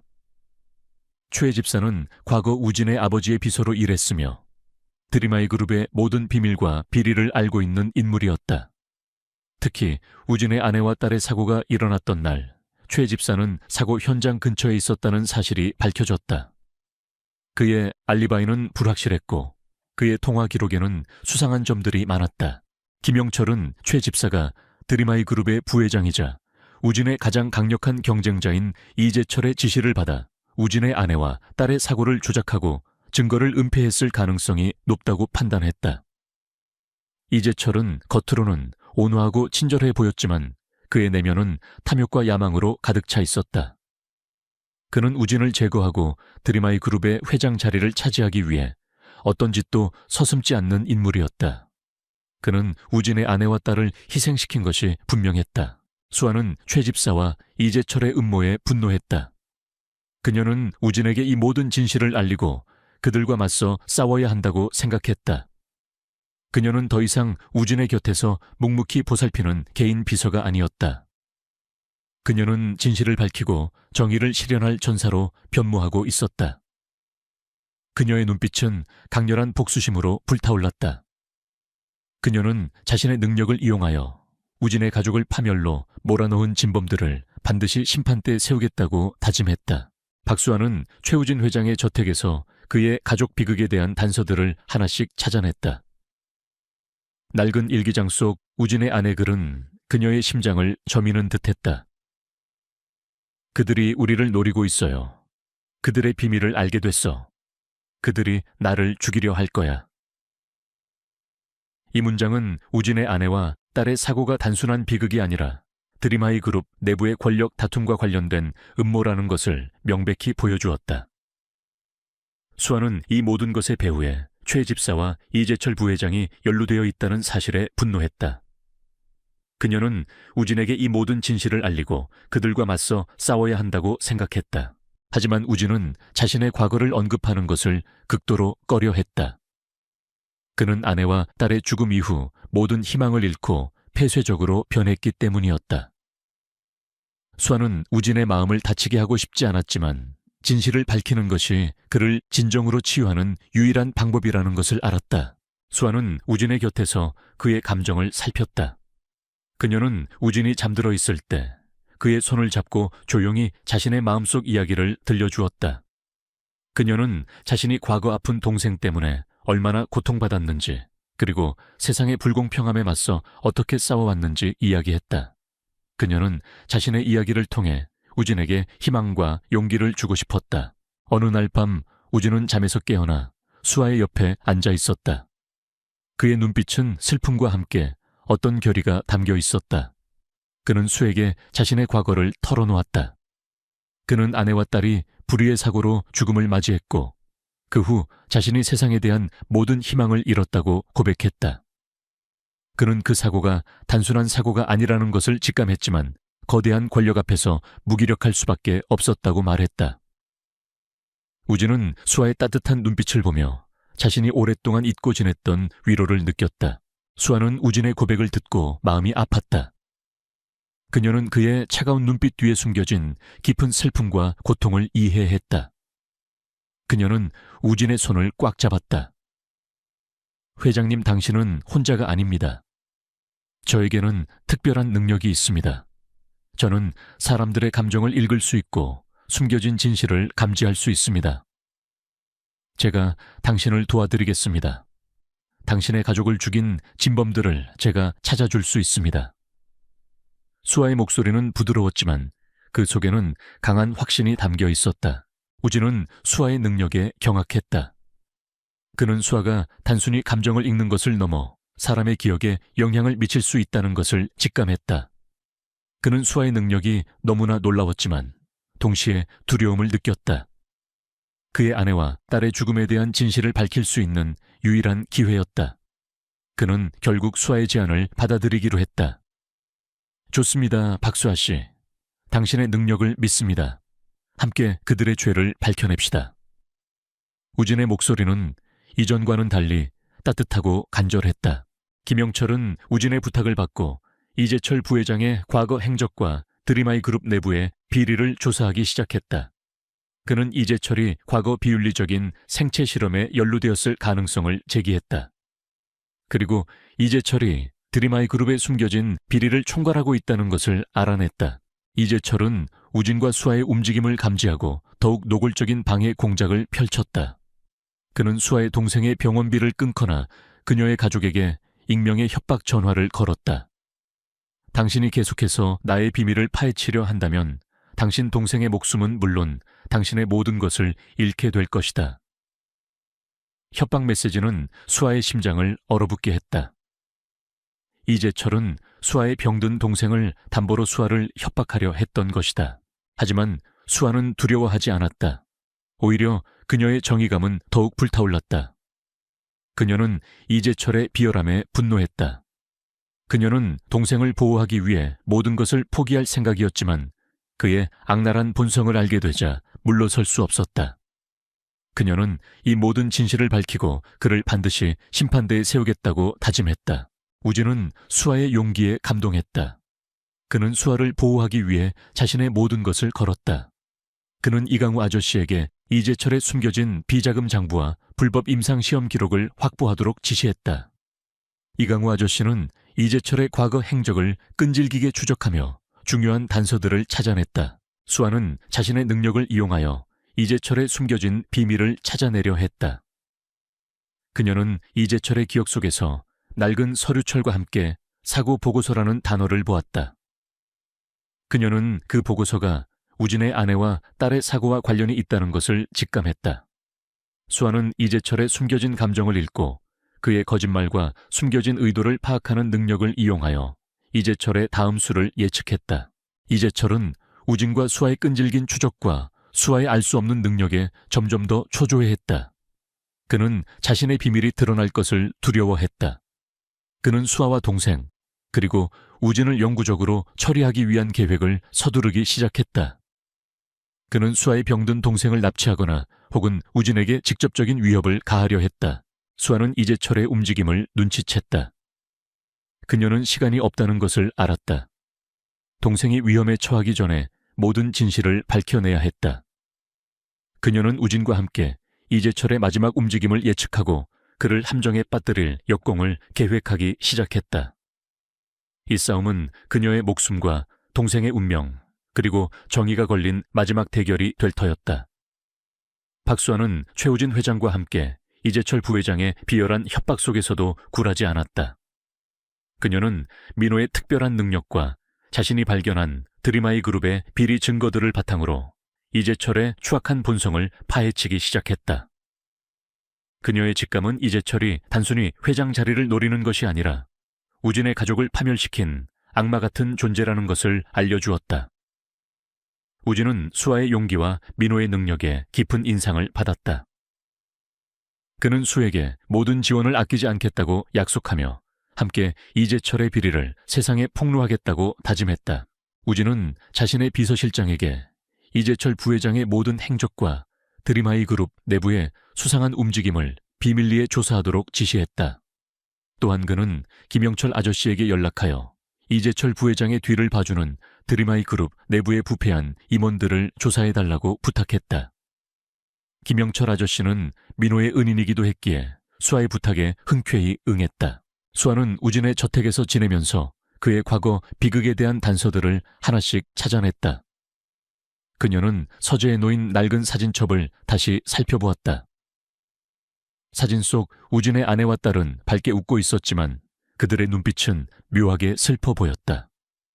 수아는 사진 뒤편에 희미하게 적힌 날짜를 발견했다. 그것은 우진의 아내와 딸이 사고로 죽은 날짜와 일치했다. 그녀는 또한 우진의 방에서 오래된 일기장 하나를 발견했다. 일기장은 우진의 아내가 쓴 것이었다. 일기장 속에는 행복했던 가족의 일상과 함께 남편 우진의 사업 문제로 인한 불안감 그리고 드림아이 그룹 내부의 권력 다툼에 대한 내용이 담겨 있었다. 그리고 일기장 마지막 부분에는 희미하게 이런 문장이 적혀 있었다. 우진 씨, 조심해요. 그들이 우리를 노리고 있어요. 그들의 비밀을 알게 됐어. 그들이 나를 죽이려 할 거야. 수아는 일기장 내용에 소름이 돋았다. 우진의 아내와 딸의 사고가 단순한 사고가 아니라는 것을 직감했다. 그것은 드림아이 그룹 내부의 권력 다툼과 관련된 어떤 음모에 의한 것이 분명했다. 수아는 우진의 아내가 어떤 비밀을 알게 되었고 그 비밀 때문에 살해당했다는 것을 확신했다. 그리고 그 모든 것의 배후에는 최 집사와 이재철 부회장도 연루되어 있을 가능성이 높았다. 이재철은 수아와 우진의 움직임을 감지하고 더욱 노골적인 방해 공작을 펼쳤다. 그는 수아의 동생의 병원비를 끊거나 그녀의 가족에게 익명의 협박 전화를 걸었다. 당신이 계속해서 나의 비밀을 파헤치려 한다면 당신 동생의 목숨은 물론 당신의 모든 것을 잃게 될 것이다. 협박 메시지는 수아의 심장을 얼어붙게 했다. 이재철은 수아의 병든 동생을 담보로 수아를 협박하려 했던 것이다. 하지만 수아는 두려워하지 않았다. 오히려 그녀의 정의감은 더욱 불타올랐다. 그녀는 이재철의 비열함에 분노했다. 그녀는 동생을 보호하기 위해 모든 것을 포기할 생각이었지만 그의 악랄한 본성을 알게 되자 물러설 수 없었다. 그녀는 이 모든 진실을 밝히고 그를 반드시 심판대에 세우겠다고 다짐했다. 우진은 수아의 용기에 감동했다. 그는 수아를 보호하기 위해 자신의 모든 것을 걸었다. 그는 김영철 아저씨에게 이재철의 숨겨진 비자금 장부와 불법 임상시험 기록을 확보하도록 지시했다. 김영철 아저씨는 이재철의 과거 행적을 끈질기게 추적하며 중요한 단서들을 찾아냈다. 수아는 자신의 능력을 이용하여 이재철의 숨겨진 비밀을 찾아내려 했다. 그녀는 이재철의 기억 속에서 낡은 서류철과 함께 사고 보고서라는 단어를 보았다. 그녀는 그 보고서가 우진의 아내와 딸의 사고와 관련이 있다는 것을 직감했다. 수아는 이재철의 숨겨진 감정을 읽고 그의 거짓말과 숨겨진 의도를 파악하는 능력을 이용하여 이재철의 다음 수를 예측했다. 이재철은 수아와 우진의 끈질긴 추적과 수아의 알 수 없는 능력에 점점 더 초조해했다. 그는 자신의 비밀이 드러날 것을 두려워했다. 그는 수아와 동생 그리고 우진을 영구적으로 처리하기 위한 계획을 서두르기 시작했다. 그는 수아의 병든 동생을 납치하거나 혹은 우진에게 직접적인 위협을 가하려 했다. 수아는 이재철의 움직임을 눈치챘다. 그녀는 시간이 없다는 것을 알았다. 동생이 위험에 처하기 전에 모든 진실을 밝혀내야 했다. 그녀는 우진과 함께 이재철의 마지막 움직임을 예측하고 그를 함정에 빠뜨릴 역공을 계획하기 시작했다. 이 싸움은 그녀의 목숨과 동생의 운명, 그리고 정의가 걸린 마지막 대결이 될 터였다. 박수아는 최우진 회장과 함께 이재철 부회장의 비열한 협박 속에서도 굴하지 않았다. 그녀는 민호의 특별한 능력과 자신이 발견한 드림아이 그룹의 비리 증거들을 바탕으로 이재철의 추악한 본성을 파헤치기 시작했다. 그녀의 직감은 이재철이 단순히 회장 자리를 노리는 것이 아니라 우진의 가족을 파멸시킨 악마 같은 존재라는 것을 알려주었다. 우진은 수아의 용기와 민호의 능력에 깊은 인상을 받았다. 그는 수에게 모든 지원을 아끼지 않겠다고 약속하며 함께 이재철의 비리를 세상에 폭로하겠다고 다짐했다. 우진은 자신의 비서실장에게 이재철 부회장의 모든 행적과 드림하이 그룹 내부의 수상한 움직임을 비밀리에 조사하도록 지시했다. 또한 그는 김영철 아저씨에게 연락하여 이재철 부회장의 뒤를 봐주는 드림하이 그룹 내부에 부패한 임원들을 조사해달라고 부탁했다. 김영철 아저씨는 민호의 은인이기도 했기에 수아의 부탁에 흔쾌히 응했다. 수아는 우진의 저택에서 지내면서 그의 과거 비극에 대한 단서들을 하나씩 찾아냈다. 그녀는 서재에 놓인 낡은 사진첩을 다시 살펴보았다. 사진 속 우진의 아내와 딸은 밝게 웃고 있었지만 그들의 눈빛은 묘하게 슬퍼 보였다. 수아는 사진 뒤편에 희미하게 적힌 날짜를 발견했다. 그것은 우진의 아내와 딸이 사고로 죽은 날짜와 일치했다. 그녀는 또한 우진의 방에서 오래된 일기장 하나를 발견했다. 일기장은 우진의 아내가 쓴 것이었다. 일기장 속에는 행복했던 가족의 일상과 함께 남편 우진의 사업 문제로 인한 불안감, 그리고 드림하이 그룹, 내부의 권력 다툼에 대한 내용이 담겨 있었다.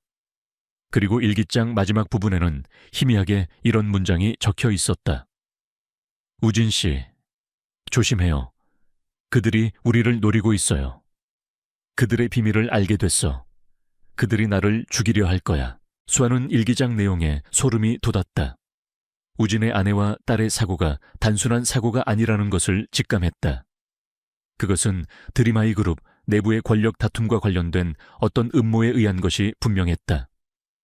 수아는 우진의 아내가 어떤 비밀을 알게 되었고 그 비밀 때문에 살해당했다는 것을 확신했다. 그리고 그 모든 것의 배후에는 최 집사와 이재철 부회장도 연루되어 있을 가능성이 높았다. 이재철은 수아와 우진의 움직임을 감지하고 더욱 노골적인 방해 공작을 펼쳤다. 그는 수아의 동생의 병원비를 끊거나 그녀의 가족에게 익명의 협박 전화를 걸었다. 당신이 계속해서 나의 비밀을 파헤치려 한다면 당신 동생의 목숨은 물론 당신의 모든 것을 잃게 될 것이다. 협박 메시지는 수아의 심장을 얼어붙게 했다. 이재철은 수아의 병든 동생을 담보로 수아를 협박하려 했던 것이다. 하지만 수아는 두려워하지 않았다. 오히려 그녀의 정의감은 더욱 불타올랐다. 그녀는 이재철의 비열함에 분노했다.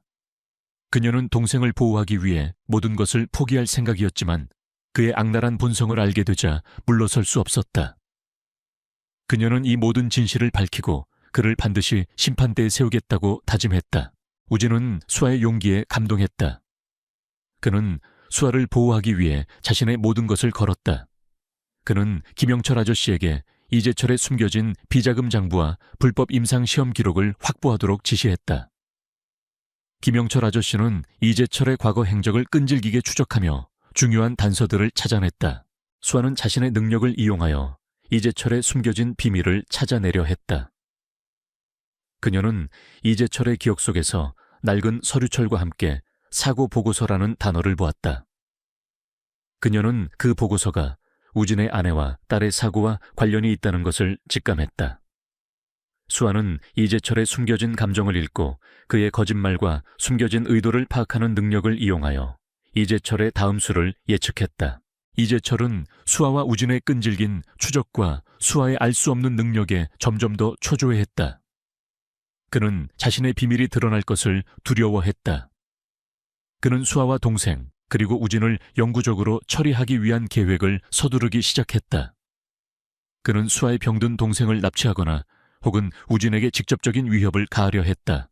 수아는 이재철의 움직임을 눈치챘다. 그녀는 시간이 없다는 것을 알았다. 동생이 위험에 처하기 전에 모든 진실을 밝혀내야 했다. 그녀는 우진과 함께 이재철의 마지막 움직임을 예측하고 그를 함정에 빠뜨릴 역공을 계획하기 시작했다. 이 싸움은 그녀의 목숨과 동생의 운명 그리고 정의가 걸린 마지막 대결이 될 터였다. 우진과 수아는 확보한 증거들을 가지고 언론과 경찰에 직접 나섰다. 기자회견장에는 수많은 기자들과 카메라들이 모여들었다. 강서연은 떨리는 목소리로 이재철 부회장의 추악한 범죄와 드림아이 그룹 내부의 비윤리적인 생체 강화 프로젝트를 낱낱이 폭로했다. 그녀는 확보된 모든 증거, 즉 이재철 부회장의 비밀 장부 불법 임상시험 기록 비자금 내역, 그리고 강서연 가족의 사고 조작 보고서까지 낱낱이 공개했다.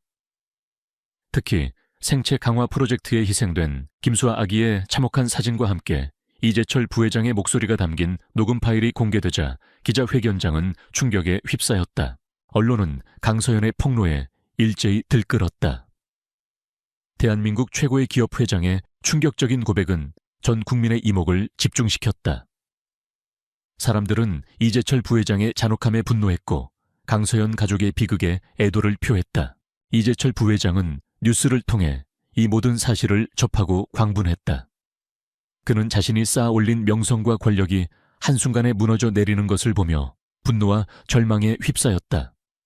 그는 언론을 매수하고 여론을 조작하려 했지만 강서연이 제시한 난 너무나도 명확한 증거들과 국민적 분노 앞에서 그의 시도는 모두 실패로 돌아갔다. 드림아이 그룹의 의료재단은 해체되었고 그의 모든 사업은 마비되었다. 결국 이재철 부회장은 경찰에 체포되었다. 그는 수갑을 찬 채 경찰서로 끌려가면서도 강서연과 우진을 향해 광기 어린 눈빛으로 노려보았다.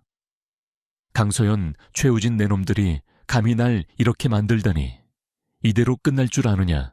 반드시 내놈들에게 대가를 치르게 할 것이다. 그의 목소리는 증오로 가득했다. 이재철은 자신의 죄를 인정하기보다는 자신을 파멸시킨 강서연과 우진에게 복수할 기회만을 노리고 있었다. 이재철 부회장의 비리에 연루된 병원 고위 관계자들과 제약회사 관계자들도 줄줄이 체포되었다. 그들은 법의 심판을 받게 될 것이었다. 그들의 추악한 비리는 낱낱이 공개되었고 사회는 이로 인해 큰 혼란을 겪었지만 동시에 오랜 병폐를 척결하는 계기가 되었다. 강서연은 자신의 가족의 억울함을 풀어주었지만 그녀의 마음속에는 여전히 슬픔과 고통이 남아 있었다. 서연의 동생은 이재철의 악랄한 협박과 통제에서 벗어나 건강을 되찾았다. 그녀는 언니와 우진의 도움 덕분에 새로운 삶을 살게 되었다. 서연의 동생은 언니처럼 따뜻하고 용감한 사람으로 살아가겠다고 다짐했다. 강서연은 박민규 부회장의 비열한 협박 속에서도 굴하지 않았다. 그녀는 이준호와 함께 박민규의 숨겨진 비리들을 파헤치는 데 몰두했다. 이준호의 특별한 능력은 박민규의 악의를 정확히 감지했고 서연의 눈빛은 복수심과 정의를 향한 강렬한 불꽃으로 타올랐다. 그들은 박민규가 드림아이 그룹의 의료기금을 횡령하고 불법적인 임상시험을 진행하여 막대한 이익을 챙기고 있었다는 사실을 알아냈다. 그의 뒤에는 병원 고위 관계자들과 제약회사들이 연루된 거대한 의료비리 네트워크가 있었다. 이 모든 것은 강서연 회장의 가족 사고와도 깊이 연관되어 있었다. 박민규는 생체 강화 프로젝트라는 이름으로 비윤리적인 임상실험을 진행하고 있었으며 강서연 회장의 가족은 이 프로젝트의 부작용 때문에 사고를 당했던 것이었다. 김태호는 이 모든 것을 알고 있었지만 박민규의 협박에 못 이겨 진실을 숨겼던 것이었다. 박민규 부회장은 서연과 준호의 움직임을 감지하고 더욱 노골적인 방해 공작을 펼쳤다. 그는 서연의 동생의 병원비를 끊거나 그녀의 가족에게 익명의 협박 전화를 걸었다. 당신이 계속해서 나의 비밀을 파헤치려 한다면 당신 동생의 목숨은 물론 당신의 모든 것을 잃게 될 것이다. 협박 메시지는 서연의 심장을 얼어붙게 했다. 박민규는 서연의 병든 동생을 담보로 서연을 협박하려 했던 것이다. 하지만 서연은 두려워하지 않았다. 오히려 그녀의 정의감은 더욱 불타올랐다. 그녀는 박민규의 비열함에 분노했다. 그녀는 동생을 보호하기 위해 모든 것을 포기할 생각이었지만 그의 악랄한 본성을 알게 되자 물러설 수 없었다. 그녀는 이 모든 진실을 밝히고 그를 반드시 심판대에 세우겠다고 다짐했다. 이준호와 서연은 이준호의 능력을 이용하여 박민규의 숨겨진 증거들을 찾아내려 했다. 이준호는 자신의 능력을 이용하여 박민규의 개인 컴퓨터와 병원 전산망에 미세한 교란을 일으켰다. 서연은 이 틈을 이용하여 박민규의 숨겨진 비자금 장부와 불법 임상 시험 기록을 확보하려 했다. 박민규 부회장은 서연과 이준호의 끈질긴 추적과 이준호의 알 수 없는 능력에 점점 더 초조해했다. 그는 자신의 비밀이 드러날 것을 두려워했다. 그는 서연과 동생, 그리고 이준호를 영구적으로 처리하기 위한 계획을 서두르기 시작했다. 그는 서연의 병든 동생을 납치하거나 혹은 이준호에게 직접적인 위협을 가하려 했다. 서연은 박민규의 움직임을 눈치챘다. 그녀는 시간이 없다는 것을 알았다.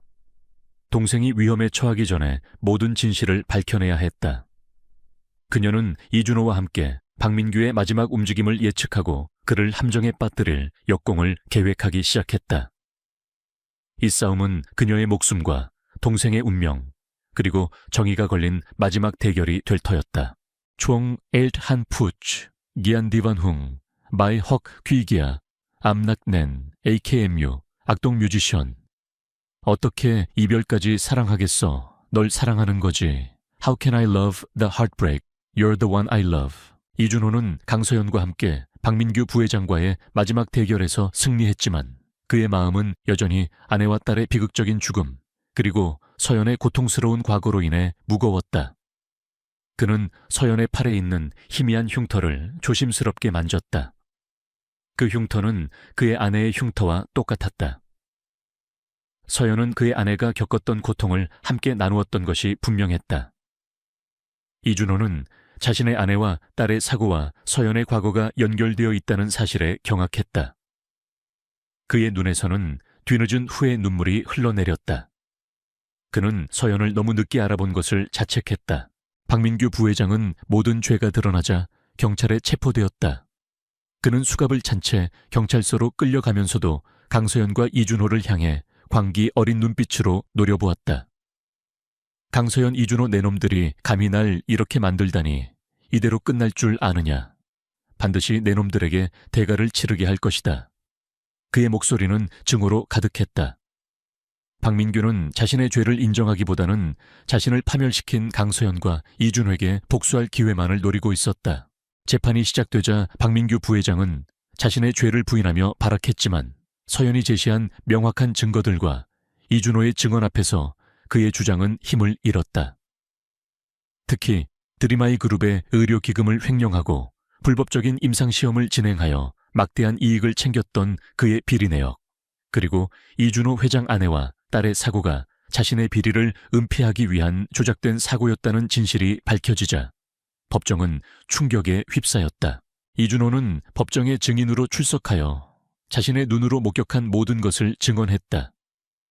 그는 박민규 부회장이 어떻게 김태호 비서와 김수 아기까지 희생시키며 생체 강화 프로젝트를 진행했는지 설명했다. 그의 증언은 박민규 부회장에게 치명적인 일격이었다. 최종 변론에서 박민규 부회장은 마지막 발악을 했다. 그는 자신의 죄를 인정하지 않고 오히려 서연과 이준호를 비난하며 자신에게 씌워진 누명이라고 주장했다. 그는 서연이 단순한 돈을 노린 사기꾼이라고 모욕하며 그녀의 진술을 왜곡하려 했다. 그는 자신의 권력과 돈이 모든 것을 해결해 줄 것이라고 믿었다. 하지만 서연은 박민규 부회장의 비열한 거짓말에 흔들리지 않았다. 그녀는 법정에서 최후 진술을 했다. 박민규 부회장님, 당신은 당신의 탐욕 때문에 수많은 사람들의 삶을 짓밟았습니다. 당신은 당신의 죄를 은폐하기 위해 거짓말을 일삼았습니다. 당신은 인간이 아닙니다. 당신은 모든 생명을 도구로 이용하는 악마입니다. 하지만 진실은 결코 숨겨지지 않습니다. 당신의 죄는 오늘 이 자리에서 심판받을 것입니다. 서연의 목소리는 작았지만 그 속에는 정의를 향한 강렬한 불꽃이 타오르고 있었다. 그녀의 눈빛은 박민규 부회장을 향한 흔들림 없는 분노로 가득했다. 박민규 부회장은 결국 모든 혐의에 대해 유죄를 선고받고 가장 무거운 형벌에 처해졌다. 그의 거대한 의료비리 네트워크는 산산조각 났고 그의 이름은 역사의 악의 상징으로 기록되었다. 정의가 마침내 완벽하게 실현된 순간이었다. 서연의 동생은 박민규의 악랄한 협박과 통제에서 벗어나 건강을 되찾았다. 그녀는 언니와 이준호의 도움 덕분에 새로운 삶을 살게 되었다. 서연의 동생은 언니처럼 따뜻하고 용감한 사람으로 살아가겠다고 다짐했다. 강서연은 솔루션 그룹의 CEO로서 회사를 투명하고 윤리적인 방향으로 이끌었다. 그녀는 박민규와 같은 악인들이 발붙이지 못하도록 사회적 책임을 다하는 기업 문화를 만들었다. 강서연은 이준호의 든든한 조력자가 되었고 그의 모든 활동을 지원했다. 이준호는 강서연의 빛나는 존재감에 압도되었지만 동시에 그녀에게서 알 수 없는 강렬한 사랑을 느꼈다. 그들의 관계는 처음에는 레스토랑에서의 우연한 만남으로 시작했지만 진실과 시련을 통해 진정한 사랑과 존경으로 발전했다. 그들은 서연의 동생과 함께 새로운 가정을 이루었다. 이준호는 솔루션 그룹의 사회공헌 재단 이사로 임명되어 도움이 필요한 사람들을 돕고 사회적 약자들의 목소리를 대변하는 데 헌신했다. 그는 자신의 경험을 바탕으로 의료비리와 불법 임상시험을 근절하는 데 힘썼다. 그의 이야기는 전 세계로 퍼져나갔고 그의 이름은 기적을 만든 영웅으로 기억되었다. 이 모든 것은 레스토랑에서 우연히 만난 한 가난한 남자와 한때 모든 것을 잃었던 백만장자의 만남에서 시작되었다. 준호의 순수한 마음과 서연의 정의감이 한 아픈 동생을 구하고 거대한 의료 비리를 세상에 드러내며 그들에게 진정한 행복과 사랑을 찾아주었다. 서연의 동생은 이제 건강하게 웃었고 그의 웃음소리는 서연과 준호의 삶을 환하게 밝혔다. 그들의 삶은 평화롭고 의미 있게 빛나고 있었다. 그들은 진정한 행복을 찾았고 그들의 삶은 정의와 사랑을 위한 영원한 투쟁의 증거가 되었다.